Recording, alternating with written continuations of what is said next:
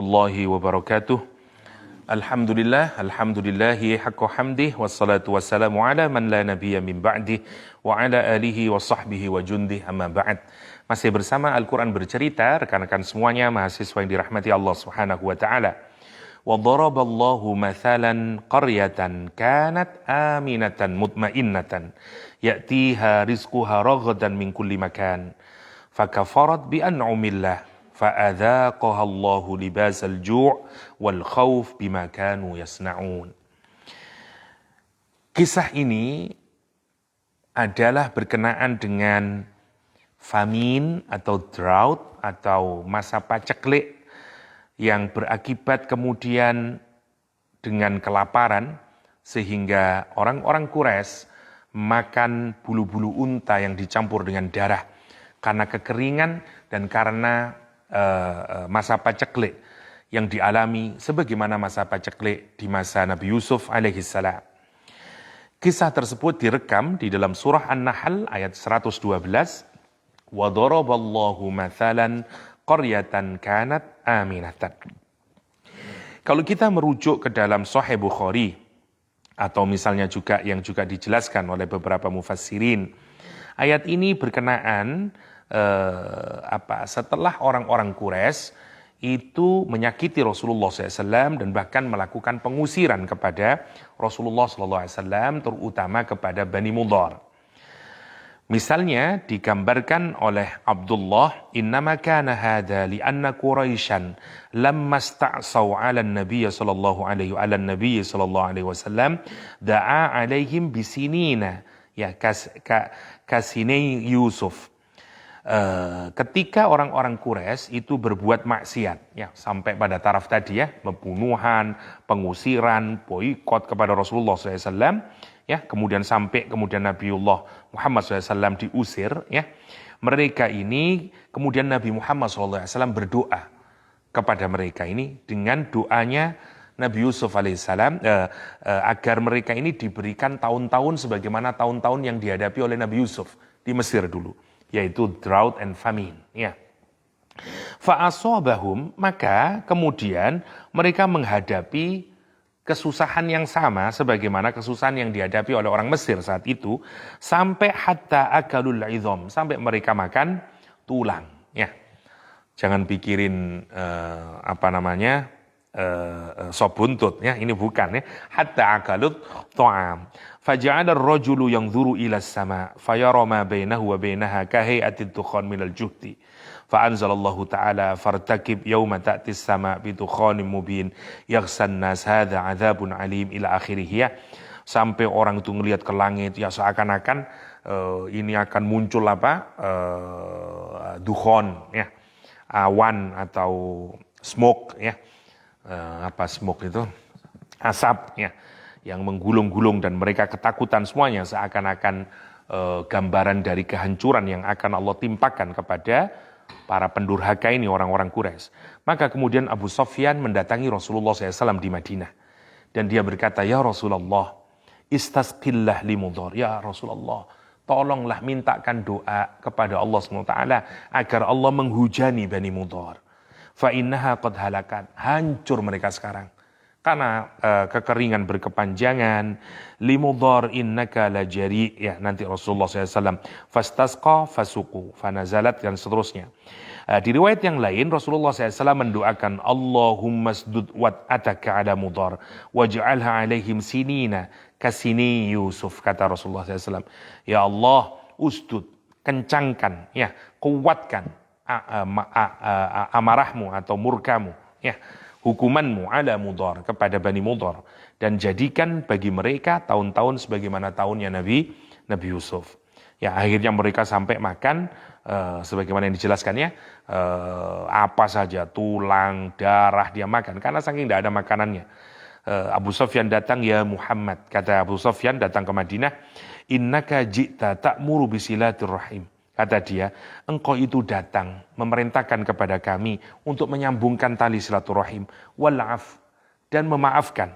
Wa inna qaumaka, sekarang kaummu sendiri, teman-temanmu sendiri, kaummu sendiri, yaitu orang Makkah, kata dia, qad halaku. Sekarang ini benar-benar hancur mereka. Fada'allahu lahum. Doalah kepada Allah untuk mereka. Fada'alahum Rasulullah sallallahu alaihi wasallam wa adzina linnas bihamlit ta'am ilaihim ila akhirih. Ya wa hum ba'da musyrikun. Dan kemudian Rasul mendoakan turun hujan dan kembali lagi kesejahteraan yang diberikan kepada orang Quraisy. Mari kita lihat ayatnya. Allah mengawali kisahnya famine atau masa paceklik dan kekeringan di masanya orang Quraisy ini setelah mengusir Rasulullah SAW dengan kalimat wa daraballahu mathalan. Allah menjadikan satu contoh qaryatan, satu qaryah ini oleh Allah dijadikan contoh oleh Allah buat kita semuanya tentu saja. Awalnya kata Allah SWT, kanat aminatan mutmainnatan. Yang pertama aman, yang kedua mutmainnah tentram, ya'tiha rizquha raghadan. Datang kepada qaryah tersebut, rizkinya qaryah tersebut, raghadan, secara berlimpah ruah. Raghadan itu dari berbagai sisi. Makanya kalau kita lihat ya, menarik Makkah itu. Kalau kita perhatikan, ini semuanya sebenarnya karena apa? Karena doanya Nabiullah Ibrahim alaihissalam yang pertama, dan karena kehadiran Rasulullah SAW. Karena Rasul itu rahmatan lil alamin, makanya memberikan rahmat buat semuanya. Karena itu Mekah menjadi aman mutmainnah. Itu yang disebutkan Al-Quran, li'ila fi Quraisyin ila fi mrihlatash syita'i was-shayf, sampai mereka bisa berdagang musim kemarau, musim panas, nggak ada yang berani menyentuh mereka. Mereka aman terus karena mereka takut menimpa kepada mereka sebagaimana yang sudah menimpa kepada Abroha ketika berusaha untuk menghancurkan Makkah pada saat itu. Sehingga orang Mekah itu aman, tidak ada yang berani menyentuh, mutmainnah, tentram dia. Rizkinya datang dari mana-mana. Karena orang datang ke sana untuk beribadah, belum lagi mereka bisa berdagang dengan Yaman, dengan Syria, sehingga semua nikmat, bahkan puncaknya adalah dihadirkan Nabi di tengah-tengah mereka. Al-Quran turun di negerinya. Bayangkan sekarang. Jadi itu yang digambarkan oleh Al-Quran dengan ya'tiha rizquha raghadan. Rizki lahir batin. Mingkul limakan. Dari berbagai tempat. Masya Allah. Ya makanya menarik kalau kita perhatikan ya. Sampai detik hari ini apa yang tidak ada di Makkah itu. Kalau kita renungkan sampai ini. Terasi ada di Makkah. Bayangin. Nggak ada yang tidak ada di Makkah itu. Semua ada. Bahkan mungkin lebih mudah nyari di Mekah bisa-bisa dengan dibandingkan nyari di sini. Masya Allah. Sadaqallahul azim ya. Ya'tiha rizquha min kulli makanin. Min kulli makan. Tapi apa kemudian? Fakafarat bi an'umillah. Maka kemudian mereka mengkufuri bi an'umillah. Yang menarik ya. Allah kemudian mereka mengkufuri banyak dari nikmat Allah. Ya, dengan nikmat-nikmat yang diberikan oleh Allah Subhanahu wa taala. Fa'adzaqahallahu libasal ju'. Maka kemudian Allah merasakan kepada mereka. Tes saja ini masih libasal ju' wal khauf. Menarik, Al-Quran menggunakan kalimat pakaian ketakutan dan khauf. Pakaian kelaparan dan ketakutan. Kenapa menggunakan libas? Karena libas itu gambaran dari well spread, gambaran dari kalau ada musibah yang begitu luas dari seluruh sisi mengenai kita, atau all overlapping ya, kalau semua enveloping, all enveloping, kalau mengenvelop semuanya begini, ya kata orang bule, all enveloping ya, dari seluruh sisi sudah kena semuanya. Jadi itu mingkul limakan, all enveloping ya, dari seluruh sisinya kemudian. Jadi yang menarik kalau kita perhatikan, mereka ketakutan kemudian. Begitu Nabi Muhammad pindah ke Madinah, mereka itu dihujani rasa takut, jangan-jangan nanti Madinah akan menyerang mereka, dan seterusnya. Masya Allah kalau kita perhatikan, itu yang pertama. Yang kedua rasa kelaparan, sebagaimana yang kita ketahui tadi, sampai mereka harus makan rambut unta yang dicampur dengan darah. Kenapa itu semuanya? Bima kanu yasnaun, disebabkan perbuatan yang mereka lakukan. Apa yang mereka lakukan? Walaqad ja'ahum rusulun, setelah sungguh-sungguh datang kepada mereka seorang rasul minhum, dari kalangan mereka sendiri, fakadzabuhu, tapi mereka mendustakannya, fa'akhadhahumul adzab, maka Allah menimpakan azab buat mereka, wahum zalimun. Singkatnya, apa yang bisa kita ambil pelajaran dari ayat ini? Yang pertama adalah bahwa ada keterkaitan. Yang pertama gini, selama ada Nabi Muhammad SAW akan ada dua hal yang diberikan oleh Allah SWT. Satu rahmat, dua terhindarkan azab. Wa ma kana Allah liyu'adzibahum wa anta fihim. Allah tidak akan mengadab satu kaum selama ada Nabi Muhammad SAW.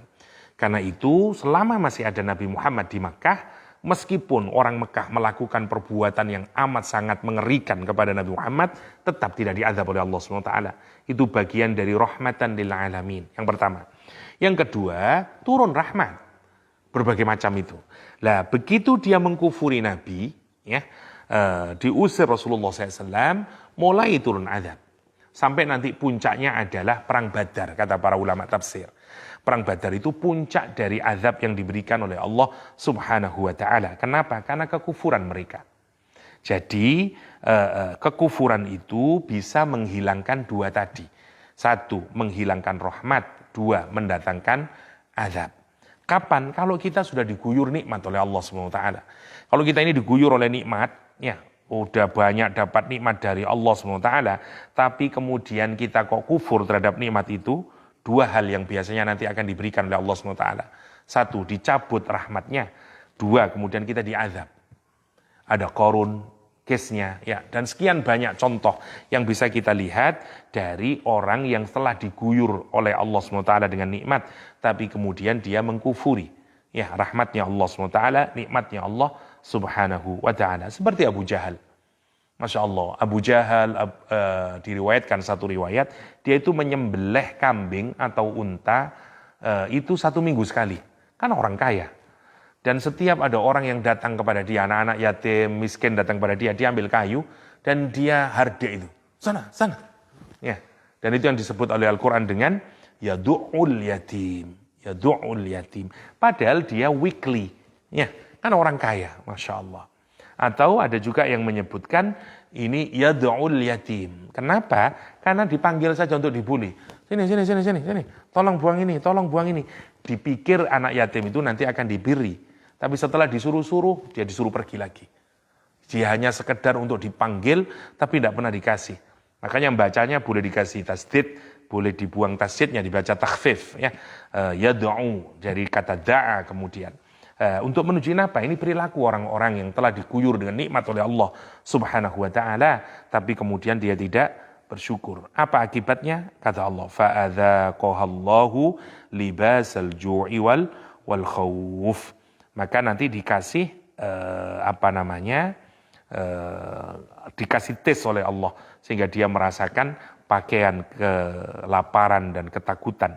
Sebagaimana yang sudah kita ketahui semuanya, sampai kemudian berakhir pembesar-pembesar Quraisy mati dalam keadaan kufur dan kemudian dia dihinakan oleh Allah Subhanahu wa taala. Demikian, hadanallahu iyyakum ajma'in wa sallallahu ala nabiyyina Muhammadin wa alihi wa sahbihi wa sallam. Alhamdulillahirabbil alamin. Assalamualaikum warahmatullahi wabarakatuh.